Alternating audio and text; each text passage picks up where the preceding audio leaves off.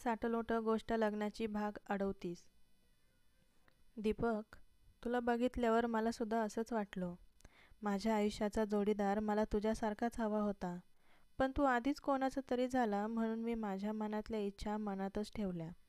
पण आता तू जीविकाला घटस्फोट देणार आहे. मी खूप खुश आहे आणि इंडियात मी परत फक्त तुझ्यासाठी आली आहे. तुमचा घटस्फोट होताच आपण लग्न करूया. काजल पण त्याला साथ देत होती. जीविकाला तर खूप शॉक बसला होता.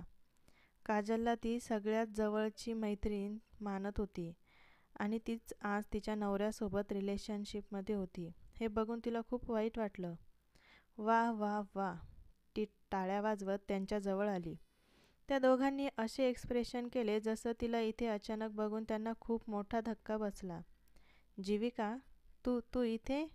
दीपक अडखळत नाटकीपणाने म्हणाला. हो, मी इथे. का, शॉक लागला? तुमचं हे प्रकरण उघडीस आलं म्हणून?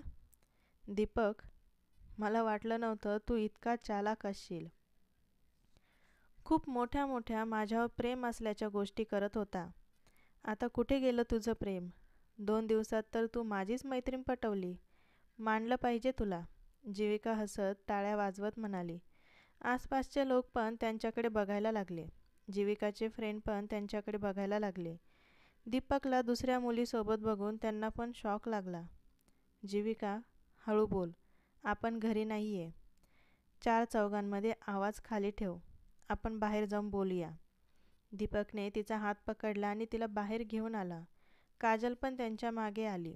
जीविकाचे फ्रेंड पण लगेच उठून त्यांच्या मागे गेले. अरे, तुला तिथे गर्लफ्रेंडच्या हातात हात घालून बसायला लाज वाटली नाही आणि बोलायला कसली लाज वाटायला हवी? ऐकू दे ना लोकांना पण, की नवरा कसा त्याच्या बायकोला चीट करत आहे. जीविकाने तिचा हात त्याच्या हातातून हिसकावून काढून घेतला. हे बघ, 6 महिन्यानंतर आपला डिवोर्स होणार आहे आणि मी का तुझी वाट बघत बसायची? त्यापेक्षा तू तुझ्या रस्त्याने जा, मी माझ्या रस्त्याने. मी तुझ्यामध्ये येणार नाही, तू माझ्या रस्त्यामध्ये येऊ नको. तू तुला हवी तशी लाईफ जग आणि मलाही माझी हवी तशी लाईफ जगू दे. दीपक म्हणाला. तसं जीविकाला वाईट वाटलं, पण तिने तसं दाखवलं नाही. मी माझी लाईफ मला हवी तशीच जगणार आहे. बरं झालं मी काय तो निर्णय लवकर घेतला. तुझ्यासारखी मुलं कधीच एकाचं होऊन राहू शकणार नाही. काजल, सावर स्वतःला आणि या माणसाच्या भानगडीत पडू नको, नाहीतर कधीतरी तुलासुद्धा असाच सोडून तिसऱ्याच मुलीच्या मागे जाईल. जीविका काजलला म्हणाली. दीपकला खूप राग आला पण तो शांत बसला. जीविका, सगळ्यांना आपल्यासारखं समजू नको. गरज लागली तेव्हा जवळ करायचं आणि गरज संपल्यावर लांब करायचं. तू तशी असेल म्हणून तुझ्या डोक्यात विचारही तसेच आहेत. तू जर व्यवस्थित राहिली असती तर दीपक माझ्याकडे आलाच नसता. आणि आता तू लक्षात ठेव, तू आमच्या दोघांमध्ये यायचं नाही. 6 महिन्यानंतर डिवोर्स झाल्यानंतर तू जर परत आमच्या लाईफमध्ये इंटरफेअर करण्याचा प्रयत्न केला तर मी गप्प बसणार नाही. आणि राहिला दुसऱ्या तिसरीकडे जाण्याचा, तर मी दीपकला तिसऱ्या मुलीकडे जाऊच देणार नाही. आपल्या नवऱ्याला आणि संसाराला कसं सांभाळायचं हे मला चांगलंच माहीत आहे. जे तुला जमलं नाही ते मी करून दाखवल. काजल तिला टशन देत म्हणाली. तसा जीविकाला तिचा पण राग आला. मी देवाकडे एकच प्रार्थना करेल, त्याने लाख दुश्मन दिले ना तरी चालतील, पण तुझ्यासारखी मैत्रीण देऊ नये. आपल्याच मैत्रिणीच्या पाठीत खंजीर खुपसणाऱ्या मैत्रिणी नकोय. जीविका म्हणाली आणि तिथून ताडताड करत निघून गेली. तिचे सगळे फ्रेंड तमाशा बघत होते. काहींना तर हसू पण येत होतं. जीविका गेल्यानंतर ते पण तिच्या मागे निघून गेले. जीविका तिथून निघून गेल्यानंतर दीपकने दोन्ही हाताने स्वतःचा चेहरा झाकला. तसं काजलने त्याच्या खांद्यावर हात ठेवून त्याला धीर दिला. सगळं व्यवस्थित होईल म्हणून सांगितलं. दीपक, मला वाटलं नव्हतं तू इतक्या लवकर विसरशील. जीविका घरी येऊन तिच्या रूममध्ये रडत बसली. आज दीपकला दुसऱ्या कोणासोबत बघून तिला खूप वाईट वाटत होतं. जसं तू मला विसरला तशी मी पण तुला विसरून जाईल. ती तोंड दाबून रडायला लागली. तिचा आवाज तिला बाहेर जाऊ द्यायचा नव्हता. दीपक घरी आला तेव्हा नकळत त्याची पावलं जीविकाच्या रूमकडे वळाले. दरवाजापर्यंत हात गेला, पण परत त्याने मागे घेतला आपलं प्रेम मिळवण्यासाठी थोडा संयम त्याला ठेवावा लागणार होता. तो तसाच मागे फिरला आणि त्याच्या रूममध्ये गेला. अबोली आज सकाळी लवकर उठली. तिच्या डोक्यात दीपक आणि जीविकाचाच विचार चालू होता. तिला पुढचं प्लॅनिंग करायचं होतं, पण अग्नेयने तिला सक्त ताकीद दिलेली होती. 4-5 दिवस थोडी उशिरा प्रेग्नेंट होऊ शकत होती ना मी. तोपर्यंत सगळे प्लॅन रेडी केले असते, पण आधीच प्रेग्नेंट झाले. आता मिस्टर सहस्त्रबुद्धींनी मला कसलाच विचार आणि या मॅटरमध्ये पडायला सांगितलं नाही आहे. मग कसं या दोघांना एकत्र आणू मी? सगळ्यात जास्त तर माझंच डोकं चालतं. अबोली इकडून तिकडून रूममध्ये फेऱ्या मारत होती. त्यांची रूम आता खाली शिफ्ट झाली होती. मिस्टर सहस्त्रबुद्धींना न सांगता प्लॅन बनवते आणि गौरवला सांगते, म्हणजे तो दादा आणि काजलला सांगेल. हां, तसंच करते. ती लगेच रूम बाहेर आली आणि गौरवकडे निघाली. अबोली कुठे चालली? प्रमिला यांनी तिला विचारलं. गौरवकडे. ती म्हणाली, अगं मग त्याला फोन करून बोलवून घे, तू वरती नको जाऊ. त्या म्हणाल्या, ठीक आहे. ती परत तोंड पाडून तिच्या रूममध्ये चालली. काही टेन्शन घेत बसू नको. मी तुझ्यासाठी काहीतरी खायला पाठवते आणि गौरवला सांगते, तो तुझ्याकडे येईल, पण तू अजिबात पायऱ्या चढून वरती जायचं नाही. प्रमिला सांगत होत्या. ती हो हो मध्ये मान हलवत होती. अबोली परत तिच्या रूममध्ये आली. गौरव तिच्याकडे आला. प्रमिला यांनी तिच्यासाठी फ्रूट पाठवले. वहिनी काय झालं? गौरव म्हणाला. काही झालं का हेच विचारण्यासाठी मी तुला बोलवलं. अबोली म्हणाली. तसा तो कन्फ्यूज होऊन तिच्याकडे बघायला लागला. काही होणार होतं का? ती काय म्हणत आहे त्याला ते समजलंच नाही. होणार आहे नाही, झालं असेल ना. मी जसं प्लॅनिंग सांगितलं होतं तसं तू दादा आणि काजलला सांगितलं होतं का? अबोली म्हणाली. तेव्हा त्याच्या डोक्यात तूप पेटली. जेव्हा जीविका मित्रांसोबत बाहेर डिनरला चालली होती तेव्हाच मृदुला यांनी दीपकला सांगितलं आणि दीपकने अबोलीला फोन केला होता. आता ती सांगेल तसाच तो वागत होता. अबोलीने जसं त्याला बोलायचं कसं करायचं सांगितलं त्याने तसंच केलं. काही गोष्टी त्याने त्याच्या मनाच्याही बोलल्या होत्या आणि त्याला साथ दिली ती काजलने. हो हो सांगितलं होतं. आता कुठे त्याला आठवलं. मग रात्री दादाचा फोन आला होता का? तो काही बोलला का? किंवा काजलचा फोन आला होता का? ती काही बोलली का? अबोली म्हणाली. तसा गौरवने एक दीर्घ श्वास घेऊन तिच्याकडे बघितलं. वहिनी, तू आता या सगळ्या प्रकरणापासून थोडी लांब राहा. तुझ्यासाठी टेन्शन ठीक नाही आहे. काल तू खूप मागे लागलेली होती. रिक्वेस्ट केली म्हणून मी तुझं म्हणणं ऐकलं आणि दीपक जीजू आणि त्या काजलला तुझा प्लॅन सांगितला. पण इथून पुढे तू कोणताही प्लॅन बनवायचा नाही आणि मी तुझं काहीही ऐकून त्यांना सांगणार नाही. आता तू फक्त स्वतःची काळजी घ्यायची. मी दादाला प्रॉमिस केलं आहे की माझ्या वहिनीची काळजी मी घेणार. त्यामुळे इथून पुढे तू फक्त स्वतःची काळजी घ्यायची. बाकी गोष्टींचा विचार करू नको. तो म्हणाला तशी ती चिडली. गौरव, अशी कशी मी शांत बसू? प्रश्न त्या दोघांचा नाही आहे तर आमचाही आहे.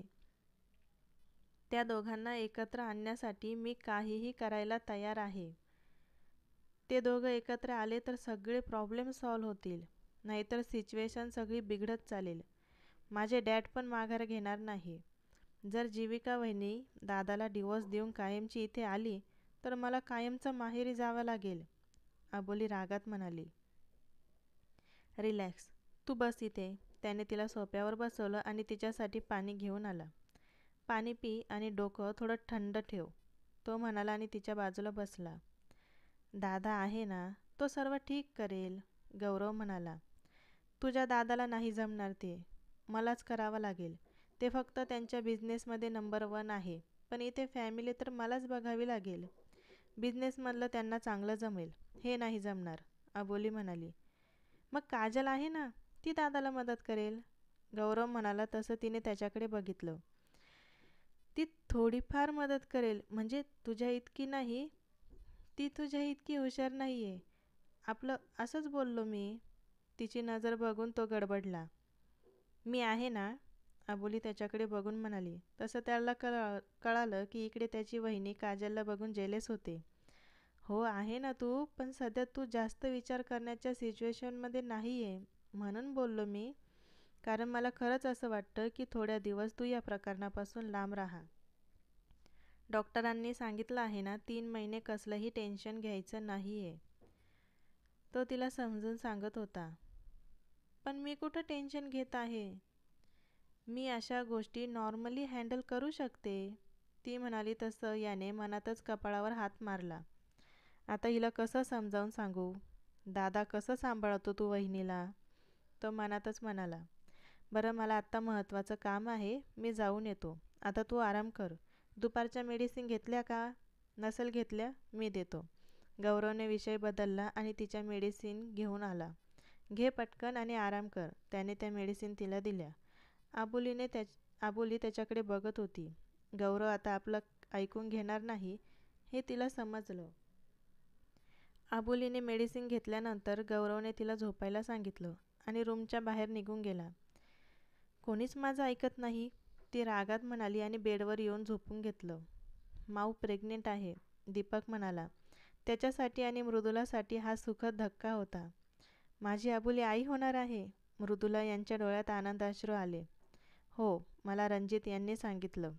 त्यांनी आपल्या मुलीला बरोबर जाळ्यात अडकवलं आहे. तो अग्नेय किती चालाक आहे हे मला चांगलंच माहीत आहे. मुकेश रागात म्हणाले. तुमच्याशी काही बोलण्यात अर्थच नाही आहे. मृदुला मुकेश यांना म्हणाल्या. दीपक चल, आपण लगेच आबोलीला भेटायला जाऊया. इतकी मोठी आनंदाची बातमी दिली आहे तिने. तिच्यासाठी आपल्याला सगळं घेऊन जायचं आहे. तिला हवं ते सगळं घेऊ. चल पटकन. मला माझ्या मुलीला बघायचं आहे, मृदुला आनंदाने म्हणाल्या. हो मॉम चल, मी माझ्या माऊला कधी बघतो असं झालं आहे, दीपक म्हणाला. हो चल. मृदुला लगेच दीपक सोबत निघाल्या. मुकेश यांना त्यांनी येता का म्हणून विचारलं नाही. भलेही ते आत्ता रागात होते, पण आपली मुलगी आई होणार आहे याचा आनंद त्यांना होत होता. पण इगो आड येत होता. दीपक आणि मृदुला यांचं बोलणं जीविकाने ऐकलं. तिला तिच्या दादासाठी आनंद झाला, पण तिला इतक्या मोठ्या आनंदाची बातमी कोणी सांगितली नाही म्हणून तिला वाईट वाटलं. तिच्या घरच्यांनी तिला ही खुशखबर सांगणं महत्त्वाचं नाही समजलं. ती परत तिच्या रूममध्ये गेली. हॅलो मॉम, इतकी मोठी आनंदाची बातमी तुला मला सांगावीशी नाही वाटली? जीविकाने रंजना यांना फोन केला. आबोली आई होणार आहे हे ऐकून तू खरंच खुश झाली असती. तू तर तिचा तिरस्कार करते ना, मग तू का तिच्या आनंदात सहभागी होशील? तुला आनंद होणार नाही हे माहीत होतं म्हणून मी तुला ही आनंदाची बातमी सांगितली नाही. रंजना म्हणाल्या तसं जीविकाच्या डोळ्यात पाणी आलं. मॉम, तुम्ही समजता तितकी वाईट नाही आहे मी. ती असं म्हणाल्यावर रंजना चिडल्या. तू आधी वाईट नव्हती जीविका. हट्टी होती पण वाईट नव्हती. पण जेव्हापासून अबोली या घरची सून होऊन आली आहे तेव्हापासून तू फक्त तिचं वाईटच बघितलं. म्हणून मी तुला ही बातमी सांगितली नाही. वाईट वाटून घेऊ नको, पण आम्हाला आमच्या सुनेची काळजी आहे. कारण ती आमच्यासोबत आमच्या मुलीसारखी राहते म्हणून आम्हीसुद्धा तिला मुलीसारखा जीव लावतो. तू सुद्धा तुझ्या सासरी चांगली राहिली असती ना तर दीपक आणि मृदुला यांनी तुला डोक्यावर घेतलं असतं. पण नाही, तुला तुझा हट्टीपणा सोडायचा नव्हता. आणि आता या सगळ्यांमध्ये नुकसान फक्त तुझंच होणार आहे. तू स्वतः बघ, सगळे खुश आहे, फक्त तूच दुःखी आहेस. तुझ्याच आयुष्यात प्रॉब्लेम आहे, कारण ते तू स्वतः क्रिएट केलेले आहेस. अजून वेळ आहे, सुधर, नाहीतर पश्चाताप करण्याशिवाय तुला काहीच मिळणार नाही. ना सासर, ना माहेर, ना नवरा आणि नाही आपली माणसं. एकटी राहशील तू. रंजना यांनी तिला आज आरसा दाखवला, ज्यात तिचं भविष्य तिला दिसत होतं. आई आहे तुझी मी. आपल्या लेकीचं वाईट होईल अशी भावनाही माझ्या मनात नाही आहे. पण हीच लेक जर दुसऱ्यांचं वाईट करत असेल तर मात्र मी तिला माफ करणार नाही. तुला समजावण्याचा प्रयत्न करू शकते. बाकी तू इतकी समजदार आहे की आपलं कशात भलं आहे आणि कशात नाही. फोन ठेवते आता मी आणि माझ्या बोलण्याचा विचार नक्की कर. असं म्हणून रंजना यांनी फोन ठेवून दिला. जीविका तशीच शांत बसून राहिली. तिचा मूळ स्वभाव हट्टी होता आणि तो स्वभाव सोडणं तिला अवघड होतं. पण अशक्य नाही. या स्वभावामुळे ती सगळ्यांपासून तुटत चालली होती. जिच्यावर तिच्यावर जीवापाड प्रेम करणारा नवरा आज दुसऱ्या कोणाचा झाला होता आणि याचं कारण फक्त तिचा हट्टी स्वभाव होता. मी प्रयत्न करेन स्वतःला सुधारवण्याचा. प्रयत्न नक्की करेन, ती स्वतःलाच बोलली. मी तुम्हाला आधी सांगितलं होतं की ही कथा आता एंडिंगच्या दिशेने चालली आहे. यानंतर साटलोटं पर्व 2 चालू होईल. तर प्लीज कोणी अजून चॅनलला सबस्क्राईब केलं नसेल तर नक्की करा, म्हणजे तुम्हाला पुढच्या येणाऱ्या कथांचं नोटिफिकेशन मिळत जाईल.